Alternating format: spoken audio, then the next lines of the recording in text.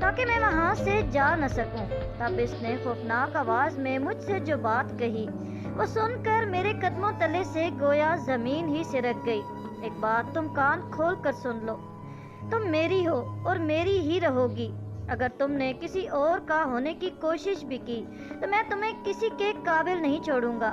اس شخص کی اس بات سے میرے تن بدن میں آگ لگ گئی۔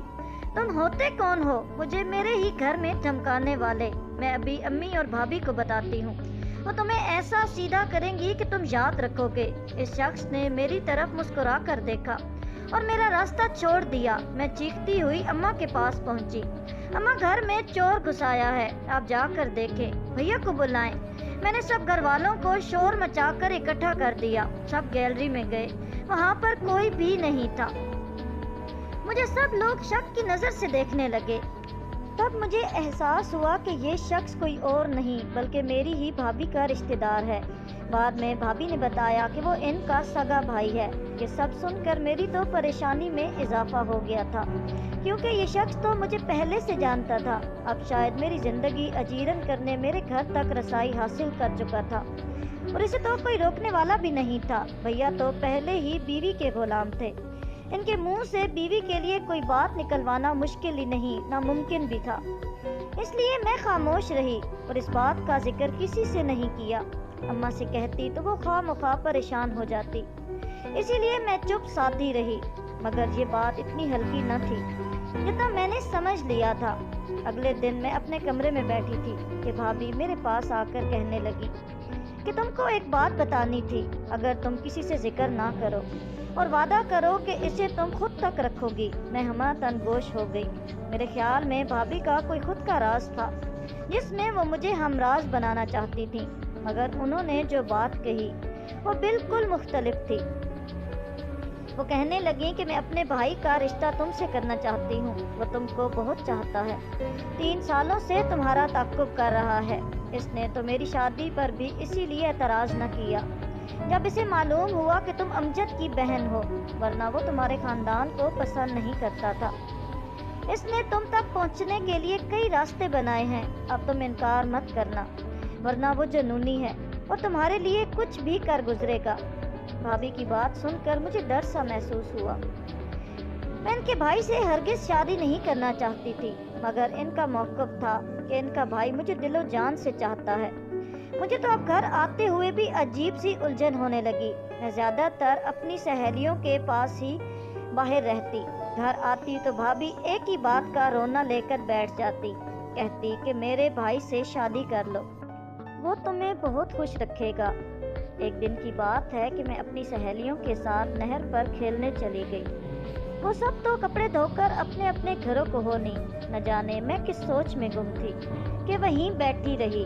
شام کا اندھیرا پھیلنے لگا تو مجھے احساس ہوا کہ میں اپنے گھر سے کتنی دور آ گئی ہوں۔ تبھی میری نظر سامنے بیٹھی عورت پر پڑی جو نہ جانے کب سے وہاں بیٹھی مجھے دیکھ رہی تھی۔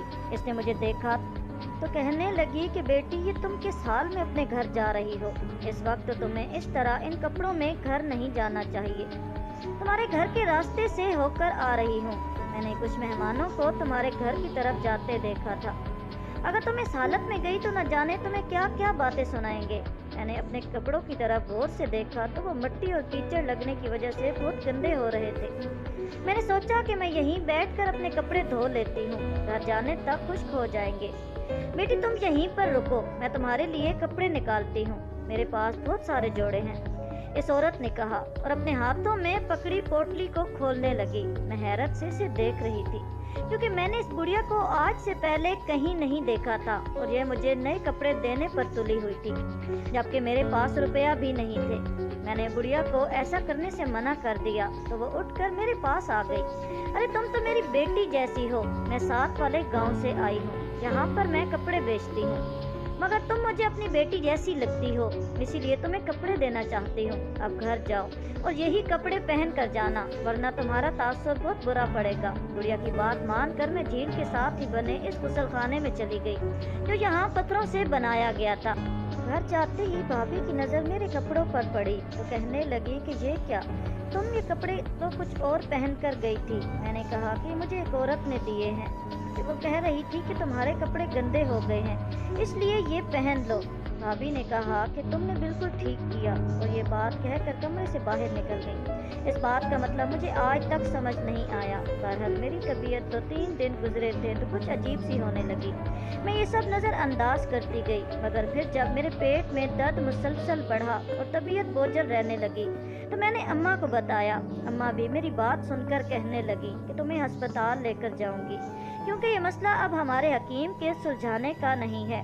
اماں اگلے ہی دن مجھے شہر کی لیڈی ڈاکٹر کے پاس لے کر گئی۔ تبھی لیڈی ڈاکٹر نے اماں کو وہ خبر سنائی جو سننے کے بعد کوئی بھی ماں اپنے ہوش و حواس کھو دیتی ہے۔ اماں نے مجھے حیرت سے دیکھا، جیسے انہیں اس بات پر یقین نہ آ رہا ہو کہ میں امید سے ہوں، اور وہ بھی بنا شادی کے، جبکہ میرا دل جانتا تھا کہ میں نے آج تک اپنی حدود کو کبھی پار نہیں کیا، اور پھر حرام قربتوں کا تو میں تصور بھی نہیں کر سکتی تھی۔ اماں مجھے جتالے لے کر مارنے پیٹنے لگی۔ بتا کہاں اپنے ماں باپ کی عزت کو کالا کر کے آئی ہے۔ اماں کی مار منہ پر لگنے والے کانٹوں کے جیسی تھی۔ میں نے اماں کے پاؤں پکڑ لیے، انہیں بتانا چاہا کہ میں تو صرف نہر پر گئی تھی۔ اماں نے میری کوئی بات نہ سنی اور مارتی پیٹتی مجھے گھر لے آئیں۔ بھائیوں اور ابو کو یہ بات پتہ چلتے دیر نہیں لگی، کیونکہ اماں نے آتے ہی سب کو کہہ دیا کہ جلدی سے جلدی میری شادی کا بندوبست کریں، ورنہ میں کبھی بھی اپنے گھر کی نہ ہو سکوں گی۔ ایسے موقع پر بھابھی نے ہم سب کو حیران کر دیا۔ ہم سب خاموش بیٹھے تھے جب وہ کہنے لگی کہ پریشان ہونے کی کوئی ضرورت نہیں، مجھے اپنے گھر کی عزت کا خیال ہے اور میں اپنے بھائی کو اس سے شادی کرنے پر منوا لوں گی۔ مجھے یقین ہے کہ وہ اس کی حقیقت جاننے کے بعد بھی کوئی اعتراض نہیں کرے گا، کیونکہ وہ اسے سچے دل سے چاہتا ہے۔ وہ تو اس کا دماغ خراب ہے کہ اچھے بھلے گبرو جوان کو انکار کرتی رہی۔ میں نے تو اس سے پہلے بھی کہا تھا کہ اس کی حرکتیں ٹھیک نہیں ہیں، جلدی اس کا انتظام کرتے ہیں، مگر اماں نہیں مانتی تھی۔ بھابھی نے میری ماں کی طرف دیکھا اور ماں کے چہرے پر بھی شرمندگی تھی۔ ظاہر ہے کہ بات ہی ایسی تھی کہ میرے امی ابو کی جگہ اور ماں باپ بھی ہوتے تو ان کا سر بھی ایسے ہی جھکتا۔ خیر میں نے بھابھی سے کوئی بات نہیں کی، نہ ہی امی کو کسی بات کا جواب دیا۔ میں اللہ سے دعا گو تھی کہ وہ میرے کردار کو ثابت کر دے، کیونکہ نہ میرے ہوش و حواس میں اور نہ ہی ہوش سے بیگانہ ہو کر میں نے کوئی ایسا کام کیا تھا کہ میرے ماں باپ کی عزت پر کوئی حرف آئے۔ 2 دن بعد بھابھی نے گھر والوں کو خبر سنائی کہ امجد اپنے امی ابو یعنی بھابھی کے ماں باپ کے ساتھ گھر آ رہا تھا۔ میرا تو دل ہی ٹوٹ کر رہ گیا، کیونکہ میں نے ہمیشہ امجد کو نفرت کی نظر سے ہی دیکھا تھا۔